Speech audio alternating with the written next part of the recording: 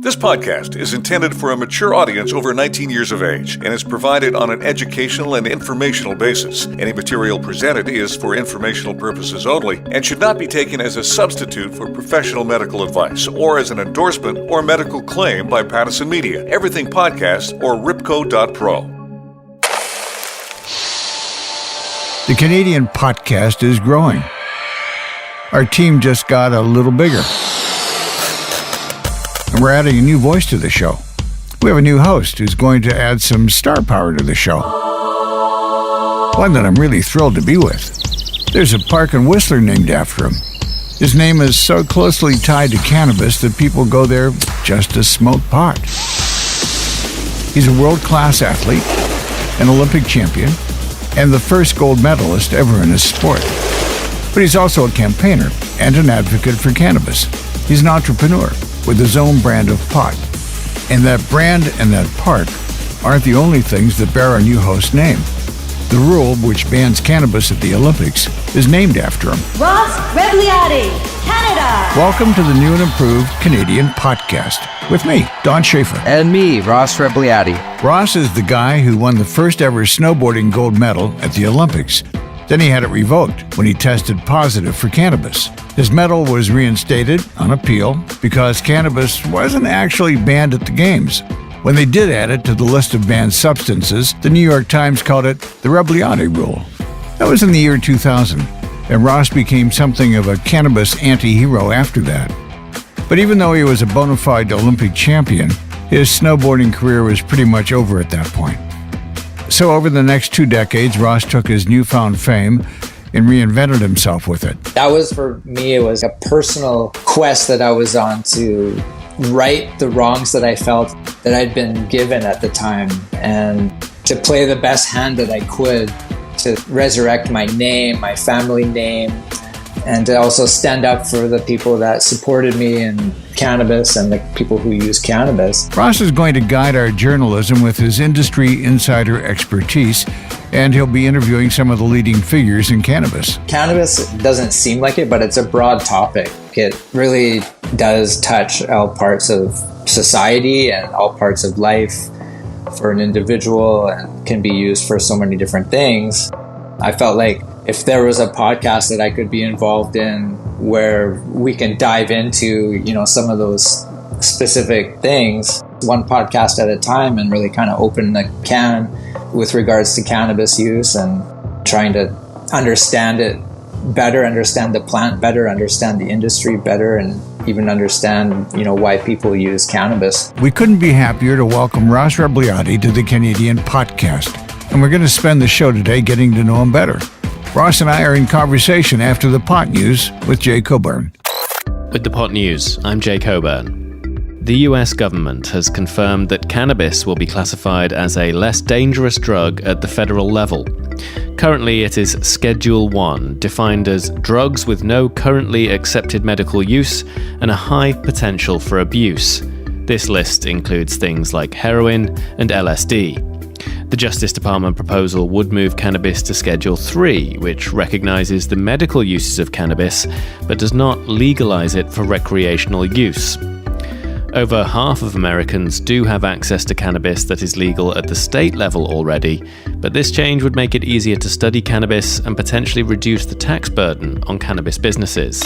Thailand, however, is going in the opposite direction. Just 2 years after ending prohibition, they're looking to ban cannabis again. In 2022, the nation became the first in Asia to legalize weed for recreational use, leading to the rapid growth of a new cannabis industry and associated tourism. The sector had been projected to be worth $1.25 billion by 2025, but that was under a previous government, and opponents argued that the move was rushed and poorly regulated.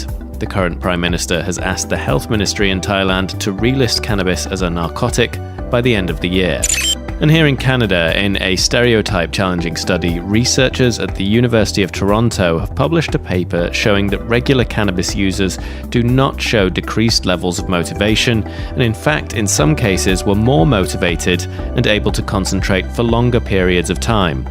The study looked at a broad range of emotional effects and found that getting high was associated with more positive emotions and fewer negative emotions.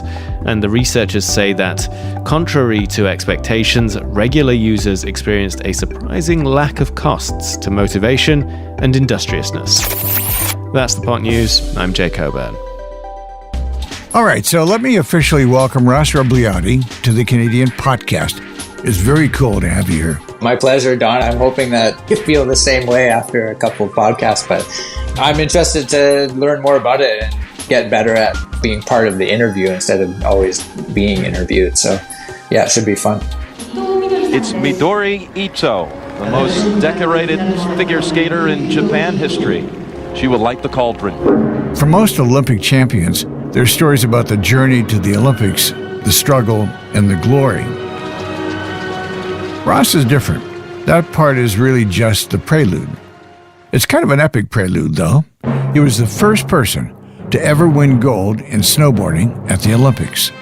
Nagano, Japan, in 1998, was the first time the then-infant sport of snowboarding appeared at the Games. Ross was in his mid-20s, and he competed in the giant slalom. It's a technical speed event, with riders racing down the hill at around 140 kilometers an hour. Our event was the first event on the first day of Nagano. And so the day before the race, we had the opening ceremonies. It was incredible walking into the stadium, having a full stadium, people cheering, the jets flying over, the Olympic music, the Olympic flame. All of those things were like so motivating to me and kind of gave me the energy that I was looking for from the Olympics and what I imagined the Olympics would be like.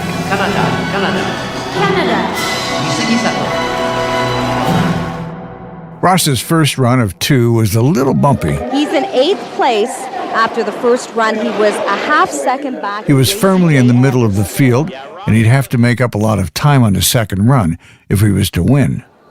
So he ducked out to eat a bunch of spaghetti at the hotel. And when I got into the hotel, lunch had just ended 5 minutes before I got there. So they weren't going to give me my lunch. And I literally jumped over the counter and went into the kitchen.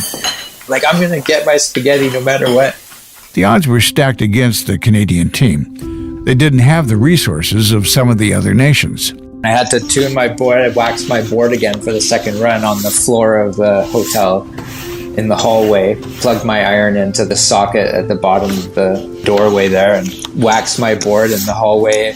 Meanwhile, all the other big teams around the world have like professional technicians tuning their gear with machines and everything. And I'm like on my knees, waxing my board, trying not to drip wax on the carpet.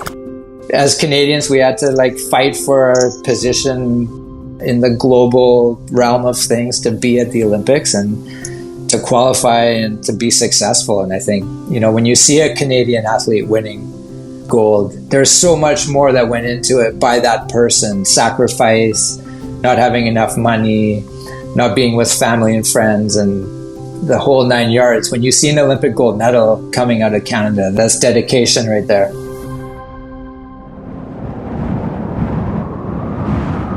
The run was delayed because of bad weather. Ross, shivering, trying to keep warm, waited at the top. I remember being in the start hut and my coach was halfway down the mountain, wanted to give me a course report, asked me what I wanted to know, and I was in my head, I was thinking like, I've been doing this for 10 years. There's nothing you can tell me right now that's going to make a difference. It's do or die. Like, I'm going to jump out of the airplane in about 2 seconds. It's going to have to be a reflex. If it happens, I'm going to have to deal with it at the time. And so I just asked him what time the award ceremonies were at, just as like a little joke.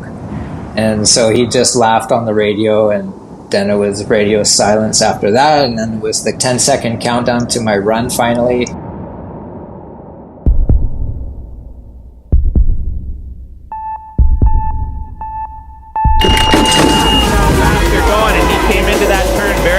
Set up and slightly ahead, so Ross, if he can hold it together, and he's fighting it right now for all it's worth, if he can hold it together, he could be in there. So at the end of the last few gates, sets it down a bit, but doesn't scrub too much speed. Well, he's not holding left back. to go.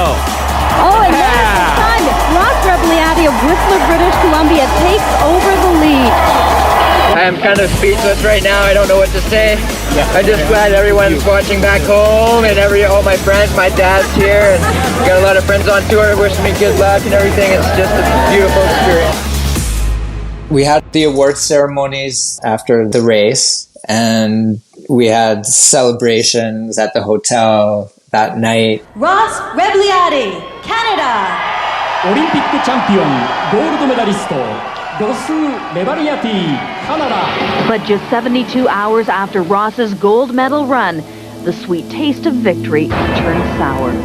And then the next morning, by around 8 o'clock in the morning, 2 coaches came into my room where there was a bunch of people like checking out the gold medal, because none of us had even seen Olympic gold medals before. And so the huge novelty to have one. The coaches told everybody to leave and for me to stay and maybe even sit down. Ross had been off cannabis for about 6 months. He'd been to parties in Whistler where other people were smoking, but he'd also been drug tested before he went to Japan. He'd heard no news, so no news is good news, right? After all, he qualified for the team. So Ross figured he must have inadvertently taken something banned and gathered all his supplements and protein powders into a bag to get tested. But Ross was told that he actually had tested positive for cannabis. Then they released the results of my 3 drug tests I did before I went to Nagano, where it showed that I tested positive for cannabis in all of those tests. And so I'm thinking to myself, well, how would they even let me go for this to happen in the first place?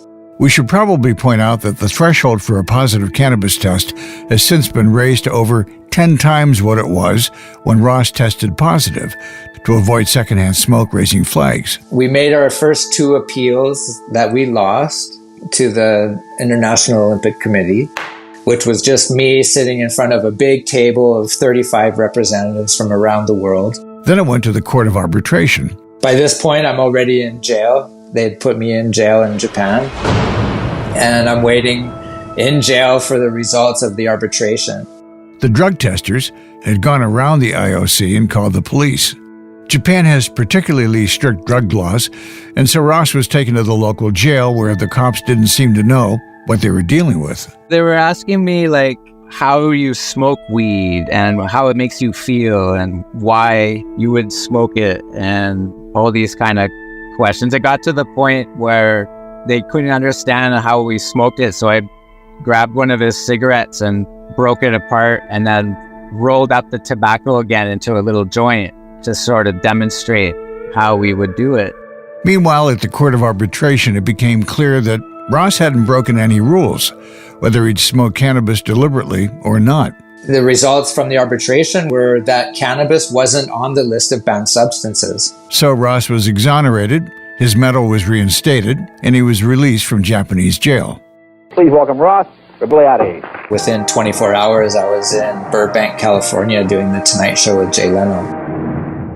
It was just like a gong show of me becoming a celebrity and hanging out with celebrities and flying around in private jets to Aspen and smoking weed with the Rolling Stones backstage before their concerts and just doing unbelievable things.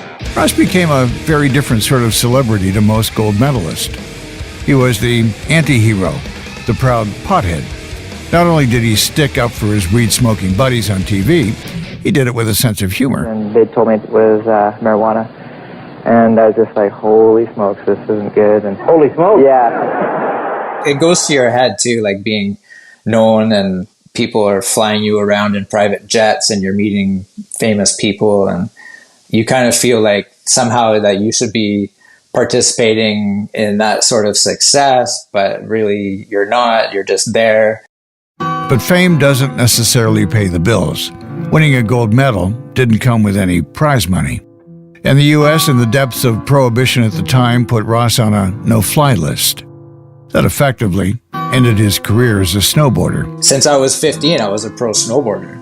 And I was doing great at it. And all of a sudden at 26, I found myself kind of like no sponsors, travel issues with international travel, being known for a Schedule 1 substance. It was a long journey from cannabis anti-hero to the businessman, campaigner, and podcast host that Ross is today. As Ross was saying, it wasn't always a smooth ride. We're going to hang out and chat here for a while. I want to get to know my new colleague better, so let's start with that period after the Olympics, after the whirlwind of fame died down.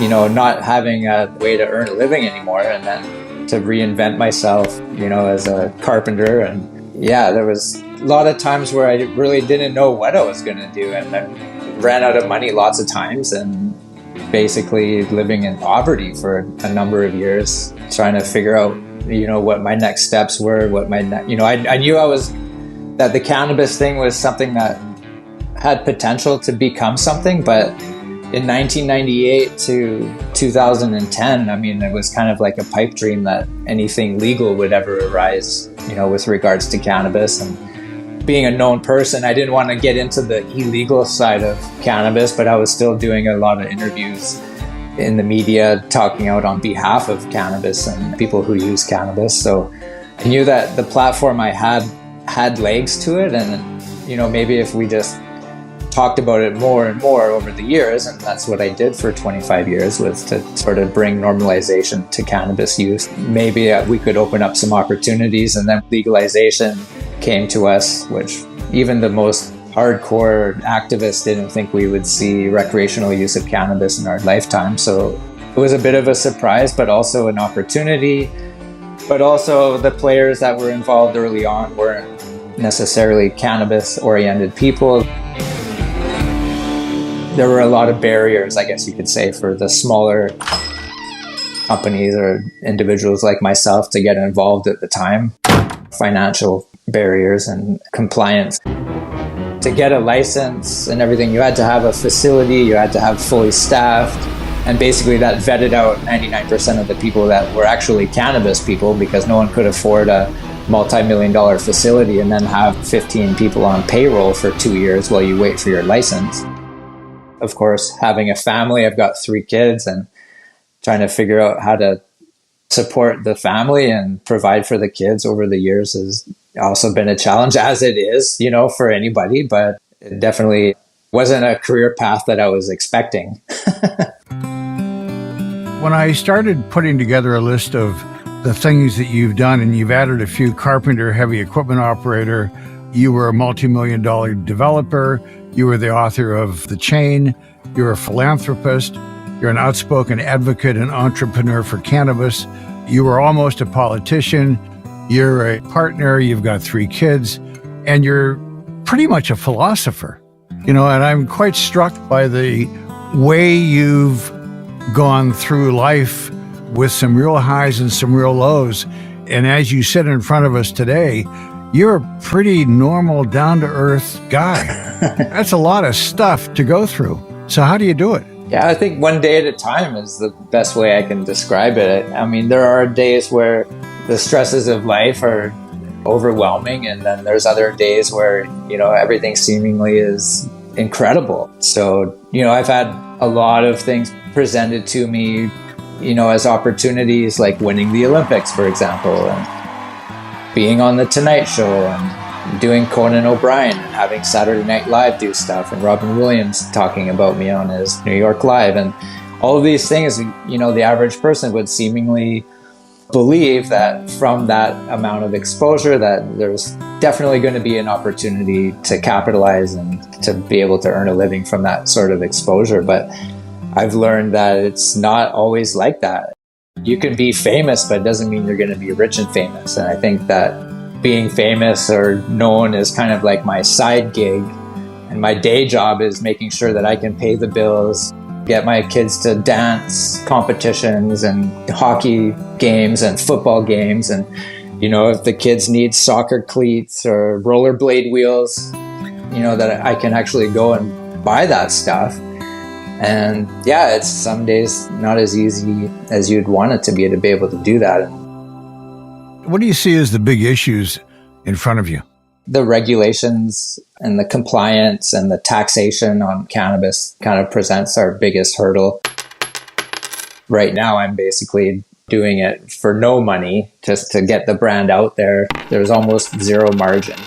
But it was always a quest of mine since Nagano to help legalize cannabis, and then for me to have my own brand in the market. And for the most part, I've gone down that road. 25 years, we made it. I got my product in the stores. I'm pumped.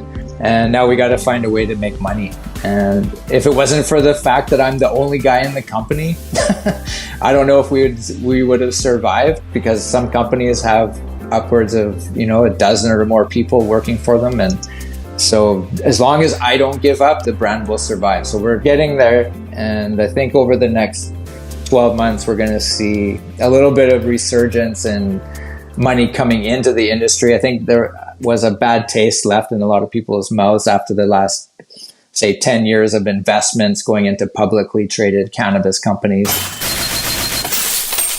We always said from the beginning, like, this isn't going to work out. These guys don't know cannabis. It's just a public stock play and nothing more.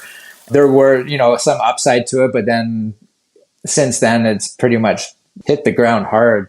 And so now we're starting to see the emergence of craft micro facilities that are coming up with amazing products with the most incredible terpene profiles and crosses with different strains and stuff that I think is going to be the resurgence of the mom and pop part of the cannabis industry.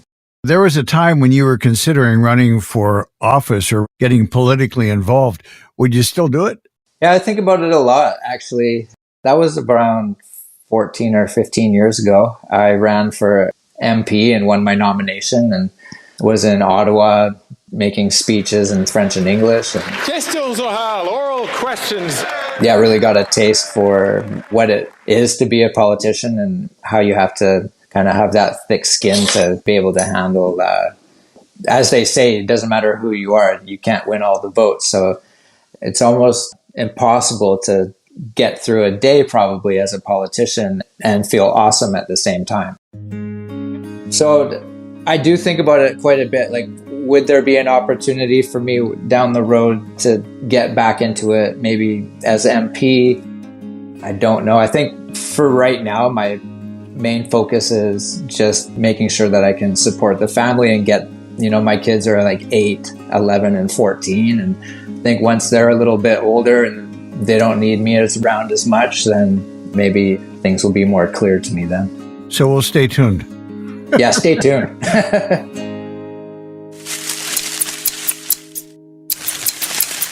Let's talk about Ross Gold. What makes it stand out? What makes it different? Our main mission for Ross Gold is basically to provide quadruple A product and get behind it with also quadruple A brand with a great brand story. But even with all the great story and everything that we have, we still have to hit the ground as hard as possible. We still have to pound the pavement like everybody else. It's not a given that people know my story. It's an older story now. Some of the younger generation doesn't know who I am. And so we really need to be able to be in front of the people and get out across the country and be behind the brand as much as anybody else. Where we like to pride ourselves in knowing as much about cannabis as we do, where we can actually source out the best weed because we know what it looks like, we know what it smells like, we know what it tastes like, and we know what it feels like. And then also the fact that, we can openly source different products as well. So we're looking at another product called Stick It that is an infused hemp stick that you can insert into a joint and infuse it with CBD, for example, or THC. The first product you launched coincided with the day you won in Nagano? Yeah, isn't that incredible? February 8th, 1998 was the day I won in Nagano. And then February 8th, 2023, which is exactly 25 years to the day, was the first day that we were available in stores with the Ross Gold products. And that was not planned at all. Nothing in the cannabis industry is planned, but that came together and was very serendipitous of my manifestation of what I was trying to accomplish with cannabis. And like my lawyer always said, let's turn this mess into a success. And that's what I was trying to do for 25 years. And it just came together on February 8th, 2023, 25 years to the day. It was unbelievable that it came down to February 8th, all those years later. And then we can see what I would have done 25 years before that if that never would have happened. It would have been something else gold, like a gold snowboard or gold goggles or something to do with snowboard equipment or a line of clothing, snowboard gear, my own custom boots, who knows, like it could be anything. Because it was cannabis, it took a lot longer, and I probably missed that window slightly of being able to capitalize on it. It was more than money to me to come out with the cannabis brand, to come out with the Ross Gold brand, and in support of cannabis. That was more for me, it was like a personal quest that I was on to right the wrongs that I felt had been given at the time, and to play the best hand that I could to resurrect my name, my family name, and to also stand up for the people that supported me in cannabis and the people who use cannabis. By 1998, I already was using cannabis for almost 10 years. I was 26. I kind of started using it on a regular basis by the time I was 19. I knew cannabis worked for me on my level, but in those days before the internet, we had no information about cannabis, really. I just knew how I felt. I was using it to go to the gym. I was using it for endurance training on my road bike. I used it at the end of the day instead of drinking. And, you know, over the years, alcohol started getting into my life more and more, especially after the Olympics, dealing with all of this stuff. You know, I think everybody grows up thinking like, oh, somehow they have to master the art of drinking. And so I felt like that was what I was doing, was getting better at it, getting good at it, where I could wake up, not feel a hangover. And that was, for me, was a success. I'm like, oh, I'm growing up. I can finally handle my alcohol. But just with the convoluted nature of my life at the time, dealing with all these things, I noticed that alcohol was just becoming more and more of a complication in my life and creating problems where I didn't need problems. And what I was going through was already tricky enough, let alone mix alcohol into it. And so I ended up one day just giving it up, just be like, that's it. I'm going to make a change. I have to do something. This is the one thing that I feel like I can do, that I can be in control of, instead of everything feeling like out of control all the time.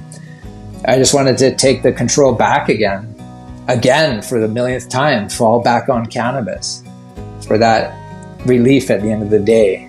You know, get all that shit off the back from dealing with bills and whatever you have to deal with in a day. Working construction, like why is Ross Rebagliati building houses? Why did he just walk onto our job site wearing a tool belt? Like that was weird for the guys I was working with until we got to know each other, right? It was weird for me and it was weird for them. Like they don't want to not give me a job. That's Ross Rebagliati. He needs a fucking job. Let's give him a job. And so it was about just normalizing the fact that I'm just a normal guy. I need to make a living like everybody else. The perception was definitely out there and still is to this day that I'm a big philanthropist and that I have all this extra money that I've earned somehow from something over the years. Even like the cannabis, people would assume that I made money from that so far, but I haven't. I haven't made any money. The margins are so slim that you don't make any money. I even lost some money last year. So for me, it's personal. And that's actually the slogan of our company, is it's personal. We definitely are doing this for a different reason than everybody else. I'd like to think that we can create a luxury cannabis brand, like a premium brand within cannabis, and that cannabis would also rise up out of the shadows a little bit more at the same time, and hopefully we can have something to do with that as well. I'd love to see a point where I can have money flowing to charity from the profits of the company. I would love to be able to use some of that, money to market the company and put the company name on surfboards and kite sails, and be able to sponsor race cars and people that are racing in triathlons and athletes. And right now we're not allowed to fuse those two things together, and just kind of open up the market and basically try to normalize. I'd love if we could be part of normalizing cannabis use, where it gets to the point where instead of smoking a cigarette on the patio at the bar, you're drinking a cannabis drink, smoking a joint. Not every cannabis company has a platform, where they can get that sort of message out. So I'd like to think that Ross Gold would be able to carry a message like that. The amount of people and the diversity of people that use cannabis is mind-blowing to the average person. Like, you wouldn't think judges and lawyers and politicians and doctors would use cannabis, but they are. Well, thanks to the Canadian Potcast new host, Ross Rebagliati, for that interview and for sharing his story. Stick around for future episodes with Ross. The Canadian Potcast is an Everything Podcast production in partnership with Ripco.pro. The opinions expressed in this podcast are not necessarily the views of the podcast team or our partners. This show is intended for a 19-plus audience.